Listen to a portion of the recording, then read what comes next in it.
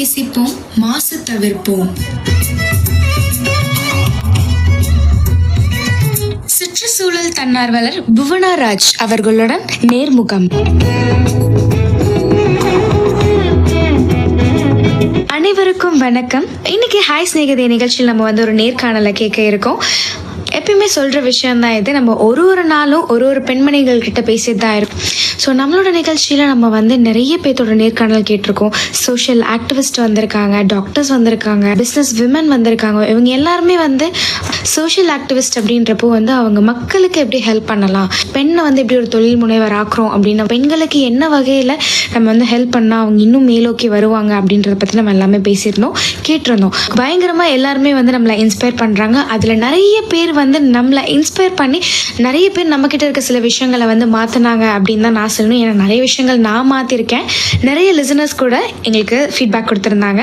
இவங்க இப்படி சொன்னதுனால நான் இப்படி மாற்றினேன் அப்படின்னு நம்ம வரிசையில் பட்டியலிடணும் அப்படின்னா நிறைய பேர்த்த சொல்லிட்டே போகலாம். ஸோ அந்த வகையில் நம்மளோட நிகழ்ச்சிக்கு இன்னைக்கு யார் வந்திருக்காங்க அப்படின்னு நம்ம தெரிஞ்சுக்கிறதுக்கு முன்னாடி அவங்கள பற்றி கொஞ்சமாக நம்ம தெரிஞ்சுக்கலாம் வாங்க.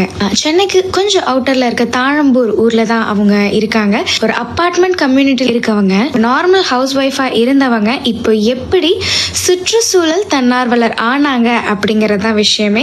எஸ், அவங்க இப்போ ஒரு சுற்றுச்சூழல் தன்னார்வலர். நம்ம ஒரு பிஸ்னஸ் ஸ்டார்ட் பண்ணுறது அதுவும் ஈஸி கிடையாது, கஷ்டம்தான். ஆனால் நம்மளை சுற்றி இருக்க விஷயங்கள் ஒரு பேஸ்லேருந்து நம்ம சில விஷயங்களை மாற்றணும் அப்படின்னா நம்மளுக்கு நம்ம மட்டும் அதில் இறங்கணும்னா சரியாக இருக்காது. நம்மளை சுற்றி இருக்க மக்களையும் அதுக்கு மாற்றணும். அதுக்கு நம்ம எவ்வளோ அமைதி, பொறுமை, எவ்வளோ ஒரு லட்சிய நோக்கில் இருக்கணும் அப்படிங்கிறது எனக்கு அவங்கக்கிட்ட கொஞ்ச நேரம் பேசும்போதே என்னால் அதை கவனிக்க முடிஞ்சது. ஸோ இன்னைக்கு நம்ம நிகழ்ச்சிக்கு சுற்றுச்சூழல் தன்னார்வலர் புவனா ராஜ் அவர்கள் வந்திருக்காங்க.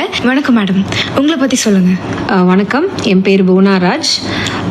என்னோட சொந்த ஊர் தூத்துக்குடி. நான் ஒரு இன்ஜினியரிங் கிராஜுவேட்.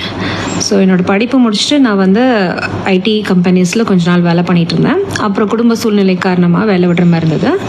அதுக்கப்புறம் நான் நிழல் அப்படிங்கிற ஒரு என்ஜிஓ, ஒரு தன்னார்வ தொண்டு நிறுவனத்தில் வாலண்டியராக சில வருடம் வேலை பார்த்தேன். அவங்க மரங்களை பற்றி, அதாவது எந்த வகையான சென்சிட்டிவ் க்ரீனிங் சொல்லுவோம், ஸோ எந்த வகையான மரங்களை எந்தெந்த இடத்துல நடணும், அது எப்படி பராமரிக்கணும், நமக்கு அதுக்கு என்ன நாலேஜ் வேணும் அப்படிங்கிறதெல்லாம் பற்றி நிறைய அவேர்னஸ் கிரியேட் பண்ணிட்டு இருக்காங்க. நிறைய வேலையும் பண்ணிட்டு இருக்காங்க. அதுக்கப்புறம் புவி எர்த் கேர் சொல்யூஷன்ஸ் அப்படின்னு ஒரு சோஷியல் என்டர்பிரைஸில் கிளைமேட் எஜுகேட்டராக வேலை செய்கிறேன். ஸோ இதில் நாங்கள் ஸ்கூல்ஸ்க்கு போயிட்டு 1 year ஃபுல்லாகவே ஒரு கிளைமேட் ப்ரோக்ராம் அவங்களுக்கு ரன் பண்ணுவோம். ஸ்கூல் சில்ட்ரனுக்கு கிளைமேட் சேஞ்ச் பற்றி அவேர்னஸ் அண்ட் வேஸ்ட் மேனேஜ்மெண்ட் அந்த மாதிரி ரிலேட்டட் டாபிக்ஸும் அதில் நாங்கள் நிறைய கவர் பண்ணியிருக்கோம்.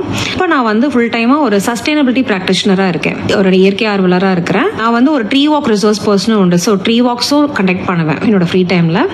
அண்ட் தென் ஃபுல் டைமாக பார்த்தீங்கன்னா இப்போ என்னோட கம்யூனிட்டியில் சிம்பிள் அப்படிங்கிற ஒரு சஸ்டைனபிலிட்டி இனிஷியேட்டிவ் நாங்கள் எடுத்து ரன் பண்ணிட்டு இருக்கோம்.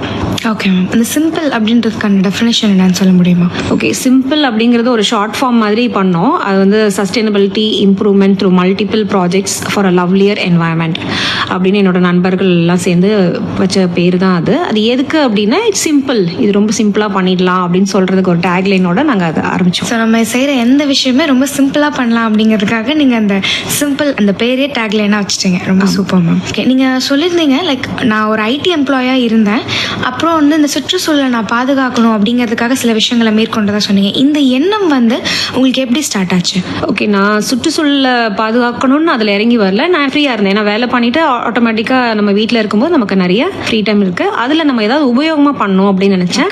அதில் நான் பார்த்துட்டு இருக்கும்போது எனக்கு இவங்க அந்த நிழல் பற்றி நான் நியூஸ் பேப்பரில் படிக்கும்போது எனக்கு அது ரொம்ப இன்ட்ரெஸ்டிங்காக இருந்தது அவங்களோட வேலை. அப்போ நான் அவங்கள மீட் பண்ணேன். ஏன்னா என்னோட அப்பார்ட்மெண்ட்டுக்கு வெளியில் நான் 2 மரம் வைக்கலாம்னு நினச்சேன். ஸோ அவங்களுக்கு கால் பண்ணப்போ அவங்க சில தகவல் கொடுத்தாங்க, என்ன மாதிரி மரம் வைக்கணும், அது எங்கே போய் வாங்கணும் எல்லாம் கொடுத்தாங்க. ஸோ அதை நாங்கள் வச்சுட்டோம் அவங்க சொன்ன மாதிரி.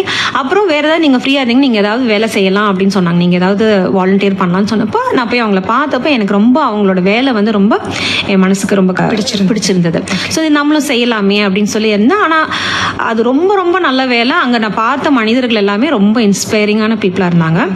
அதனால நான் கண்டினியூ பண்ணி கிட்டத்தட்ட ஒரு 7-8 வருஷம் அவங்களோட நான் வாலண்டியர் பண்ணேன். ஓகே மேம், இப்போ ஒரு 10 இயர்ஸாக ஸ்வச் பாரத் அப்படின்ற ஒரு விஷயம் நடந்துட்டு இருக்கு. இந்த வருஷம் ஸ்வச்சதாகி சேவா அப்படின்னு சொல்லிட்டு ஒரு அவேர்னஸ் கிரியேட் பண்ணியிருக்காங்க. ஸோ இந்த ஒரு விஷயம் வந்து மக்களை எவ்வளோ தூரம் வந்து போய் சேர்ந்துருக்கு, இதை பற்றி நீங்கள் என்ன நினைக்கிறீங்க? அண்ட் ஆல்சோ உங்களுக்கு இது எவ்வளோ தூரம் ஹெல்ப்ஃபுல்லாக இருக்குது? லாஸ்ட் 10 இயர்ஸ் இந்த ஸ்வச் பாரத் மிஷன் நடக்கிறனால க்ளீன் இந்தியா அப்படிங்கிற ஒரு அவேர்னஸ் எல்லாருக்குமே இருக்குது. நம்ம ஊர் சுத்தமாக இருக்கணும் அப்படிங்கிற ஒரு அவேர்னஸ் எல்லாருக்குமே கண்டிப்பாக ரீச் ஆயிருக்கு.